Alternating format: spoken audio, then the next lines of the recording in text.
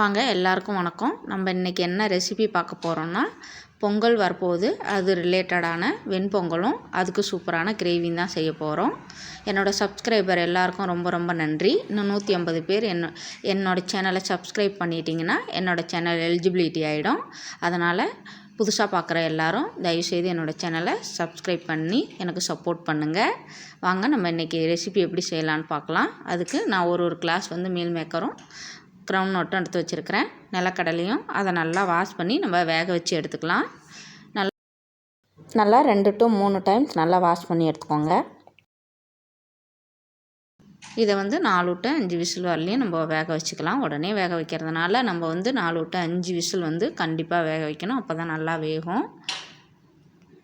இது கூட முன்னாடியே உப்பு கொஞ்சம் சேர்த்திங்கன்னா உப்பு சுவையோடு அது நல்லாயிருக்கும். இல்லைன்னா வேக வச்சதுக்கப்புறம் உப்பு சேர்த்துக்கலாம்.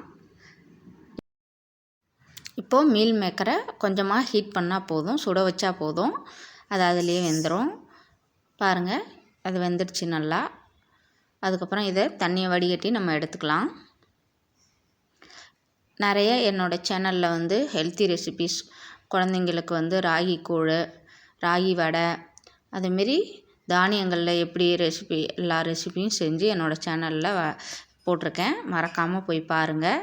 அதேமாரி கம்பு சோறு எப்படி ஈஸியாக குக்கரில் செய்கிறதுன்னு போட்டிருப்பேன், போய் பாருங்கள். கம்பு கொழுக்கட்டை எல்லா ரெசிப்பியும் வீடியோவில் என்னோடய ப்ளேலிஸ்ட்டில் இருக்கும், போய் பாருங்கள். சூப்பராக ஈஸியாக எப்படி செய்கிறதுன்னு போட்டிருக்கேன். அதெல்லாம் பாரம்பரியமாக எப்படி செய்வாங்களோ அந்த முறையில் செஞ்சு ரெசிபி அப்லோட் பண்ணியிருக்கேன். எல்லோரும் போய் பாருங்கள். பிடிச்சிருந்தால் லைக் பண்ணுங்கள். புதுசாக பார்க்குறவங்க சப்ஸ்கிரைப் பண்ணி எனக்கு சப்போர்ட் பண்ணுங்கள். இப்போது இதை 4 to 5 டைம்ஸ் நல்லா வாஷ் பண்ணி இதை ஊற வச்சிடலாம். அந்த ரைஸை நம்ம நல்லா வாஷ் பண்ணிக்கோங்க. அதில் உள்ள அழுக்கெல்லாம் ரிமூவ் ஆகிடும். நம்ம வாஷ் பண்ணி நம்ம இப்போது நல்லா தண்ணி அதுக்குள்ளே பிடிச்சி நம்ம ஊற வச்சுக்கலாம். அதுக்கு முன்னாடி நம்ம தண்ணி அதாவது அரிசி வேக வைக்கிறதுக்கு உல வைப்பாங்கன்னு சொல்லுவோம்ல, அதை நான் போட்டு நம்ம வச்சுக்கலாம். சோயா சங்க்ஸில் உள்ள மீல் மேக்கரில் உள்ள நீரையும் வடிகட்டி நம்ம ஆற வச்சுக்கலாம். இப்போ அரிசி வேக வைக்கிறதுக்கு நான் குக்கர்லேயே தான் கொஞ்சமாக தண்ணி போட போகிறேன். நீங்கள் அந்த சாப்பாடு வைக்கிற பாத்திரம் இருந்தாலும் அதில் தண்ணி வச்சு அதுக்குள்ளே வெண்பொங்கல் வச்சுங்க. அதுக்குள்ளே தான் வைப்பாங்க. ஆனால் நான் அந்த பாத்திரம் இல்லாதனால நான் இந்த குக்கர்லேயே வச்சுக்கிறேன். இப்போது நிலக்கடலை நல்லா வெந்துடுச்சு. அதுக்கப்புறம் கிரேவிக்கு தேவையான வெங்காயம், தக்காளி எல்லாம் எடுத்து வச்சுருக்கேன். நம்ம இது சாப்பாடு வெந்துட்டுருக்கும்போதே அதையெல்லாம் நம்ம கட் பண்ணி வச்சுக்கலாம். அரிசி போட்டதுக்கு அப்புறம் நம்ம அடிக்கடி நம்ம கரண்டி வச்சு இந்த வெண்பொங்கலை நம்ம கிண்டி விட்டுக்கணும். எப்போவுமே வெண்பொங்கல் பொங்கும்போது போட்டதுக்கப்புறம் அரிசி போட்டதுக்கப்புறம் கொஞ்சமாக தண்ணி எடுத்து வச்சுக்கிறது வழக்கம். கம்மியாக இருந்தாலும் நம்ம அந்த தண்ணி அதுக்குள்ளே ஊற்றிக்கலாம். ஏன்னா கொதித்த தண்ணி தான். அதிகமாக இருந்தால் நம்ம ஊற்ற வேண்டாம், அப்படியே நம்ம மூடி வச்சுக்கலாம். அதனால் அந்த பர்பஸ்க்காக தண்ணியை கொஞ்சமாக நம்ம எடுத்து வச்சுக்கிறோம். இந்தமாரி வெந்துட்டுருக்கும்போது நம்ம இடையில நல்லா கிண்டி விட்டுக்கணும். இல்லைன்னா அடி பிடிச்சிரும். அதனால தான் நம்ம சொல்கிறோம். இப்போ நம்ம அந்த கிரேவி செய்கிறதுக்கு நல்லா 3 வெங்காயம் எடுத்து வச்சுருக்கேன். சின்ன தக்காளியாக இருக்கிறதுனால நிறைய தக்காளி நான் ஆட் பண்ணியிருக்கேன். நீங்கள் அதேமாரி 3 தக்காளி இல்லைன்னா 4 தக்காளி போட்டுக்குங்க. அது கூட பச்சை மிளகா சேர்த்துக்கோங்க. அது கூட இங்கே பாருங்கள், நல்லா பொங்கி வேகுது. நம்ம அந்த ரைஸ் வேக வைக்கிற குண்டு இருந்ததுன்னா பொங்கி கீழேயே பொங்கல் மாதிரி வரும். கொஞ்சம் பூண்டும் கொஞ்சம் இஞ்சியும் சேர்த்து நல்லா பேஸ்ட்டாக அரைச்சி எடுத்துக்கலாம். நம்ம அவ்வளோதாங்க. இதோட இப்போ பாருங்கள், நிலக்கடலை நல்லா வந்திருக்கு. கடலை நல்லா வெந்து சூப்பராக வந்திருக்கு. இதோட தண்ணியை நம்ம வடிகட்டி இதை நம்ம ஒரு பக்கம் எடுத்து வச்சுக்கலாம். எடுத்து வச்சுட்டு நம்ம கிரேவி செய்ய ஸ்டார்ட் பண்ணிக்கலாம். அதுக்கு முன்னாடி ரைஸு பாருங்கள், சூப்பராக அரைஞ்சி நல்லா இருக்குது. வெங்காயம் ஏன் கட் பண்ணலைன்னா கடைசியாக கட் பண்ணிக்கலாம். இல்லைன்னா வெளியில் இருக்கிற கார்பன் டை ஆக்சைடெல்லாம் அப்சர்வ் பண்ணிக்கும். அதனால் நான் வறுக்க போகிறதுக்கு முன்னாடி தான், ஆட் பண்ணுறதுக்கு முன்னாடி தான் கட் பண்ணுவேன். அதுக்கு முன்னாடி நம்ம கொஞ்சமாக இது புளி ஊற வச்சுக்கலாம். உங்களுக்கு தேவைன்னா புளி ஊற வச்சுங்க, இல்லைன்னா வேண்டாம். பாருங்கள், சோறு பொங்கல் நல்லா வெந்துட்டுருக்குது. நல்லா வெந்துடுச்சு. நல்லா கிண்டி விடும்போதே நம்ம அதை மசிச்சு விட்டுக்கலாம். அப்போ தான் பொங்கல் மாதிரி மாறும். அதனால் மசிச்சு விட்டுக்கலாம். நல்லா வெந்துடுச்சு. இதில் கொஞ்சம் தேவையான அளவு கொஞ்சமாக உப்பை ஆட் பண்ணிக்கோங்க. அப்போ தான் வந்து கரெக்டாக அந்த கிரேவிக்கும் அதுக்கும் நல்லா உப்பு காம்பினேஷன் நல்லாயிருக்கும். அதனால் பொங்கலில் வந்து கொஞ்சமாக உப்பு ஆட் பண்ணிக்கோங்க. இப்போ நான் வந்து கிரேவி செய்ய ஸ்டார்ட் பண்ணிக்கிறோம். நம்ம கொஞ்சம் எண்ணெயை சுட வச்சு கிராம்பு, ஏலக்காய் 2, பட்டை, பிரியாணி எல்லாம் இதெல்லாம் போட்டுக்கலாம். அதுக்கப்புறம் கடுகு கொஞ்சோண்டு போட்டுக்கலாம். அதுக்கப்புறம் சோம்பு, அதுக்கப்புறம் ஜீரகம் போட்டுக்கலாம். ஹீட்டை வந்து கம்மி பண்ணி வச்சுக்கலாம்.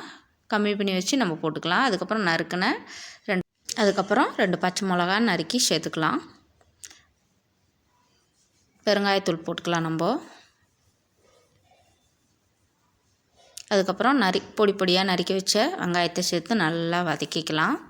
அதுக்கப்புறம் கருவேப்பிலையும் எண்ணெய் கூடயே போட்டு நல்லா வதக்கிக்கோங்க.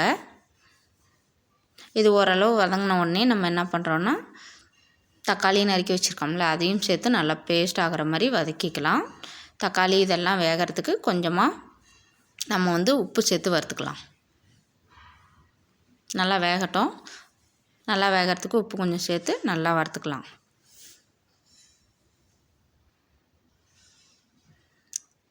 இப்போ நம்ம கரைச்சி வச்சுக்கலாம். புளியை வந்து நல்லா கரைச்சி வச்சுக்கலாம். கொஞ்சமாக தான் எடுத்துருக்குறோம், போதும். இப்போ இதெல்லாம் நல்லா வெந்துடுச்சு. அதனால் நம்ம வந்து மஞ்சத்தூள் நல்லா கலராக கிரேவி கிடைக்கணுன்னா ஒரு சின்ன ஸ்பூனால் 1 ஸ்பூன் போட்டுக்கோங்க. அதுக்கப்புறம் தனி மிளகாத்தூள் கொஞ்சமாக போட்டுக்கோங்க. அதுக்கப்புறம் வீட்டில் குழம்பு மல்டிபர்பஸ் மிளகாய் பொடி, அதாவது வந்து குழம்பு தூள் அரைச்சி வச்சுருப்போம்ல அது போட்டுக்கலாம் 2 ஸ்பூன். இது நல்லா எண்ணெயில் நல்லா அந்த வாசம் வர வறுத்துக்கலாம். நம்ம ஹீட்டை வந்து ரொம்ப லோவில் வச்சுக்கோங்க, அப்போ தான் கருகாது. லோவில் வச்சு நல்லா ஒரு 30 செகண்டுக்கு நம்ம இது பண்ணிக்கலாம். அதுக்கப்புறம் நம்ம அரைச்சி வச்சு அந்த பேஸ்ட்டை வந்து இதில் கொட்டி நல்லா வறுத்துக்கலாம். தண்ணி சேர்க்காம நல்லா வறுத்துக்கலாம். அப்போ தான் நல்லா வாசமாக சூப்பராக இருக்கும். இதை நாங்கள் செஞ்சோம், ரொம்ப நல்லா இருந்தது. சாப்பிட்டோம். ரொம்ப அந்த வெண்பொங்கலுக்கும் இந்த கிரேவியும் ரொம்ப டேஸ்ட்டாக இருந்தது. அதனால் வந்து எல்லோரும் செஞ்சு வரப்போகிற பொங்கலுக்கு இதேமாரியே சாப்பிடுங்க, என்ஜாய் பண்ணுங்கள். ரொம்ப நல்லாயிருக்கும்.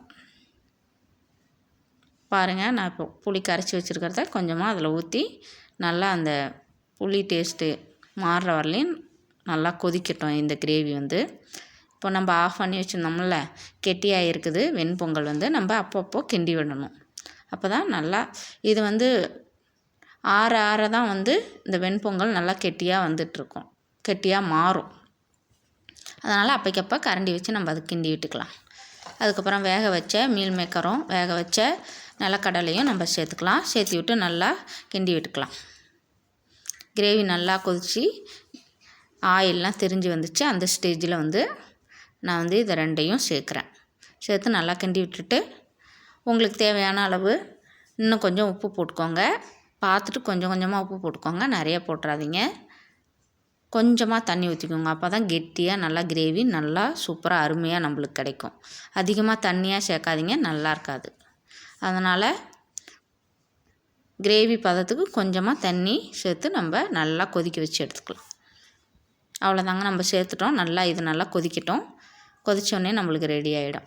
இந்த கிரேவி இன்னும் நல்லா திக்காக நல்லா இருக்கணும்னா சோள மாவு, அரிசி மாவு இல்லைன்னா கடலை மாவு இதில் ஏதாவது 1 ஸ்பூன் எடுத்து நல்லா கரைச்சி அது கூட சேர்த்துக்கிட்டோம்னா நல்லா கிரேவி பார்க்குறதுக்கு ஷைனிங்காகவும் இருக்கும், திக்காகவும் இருக்கும்.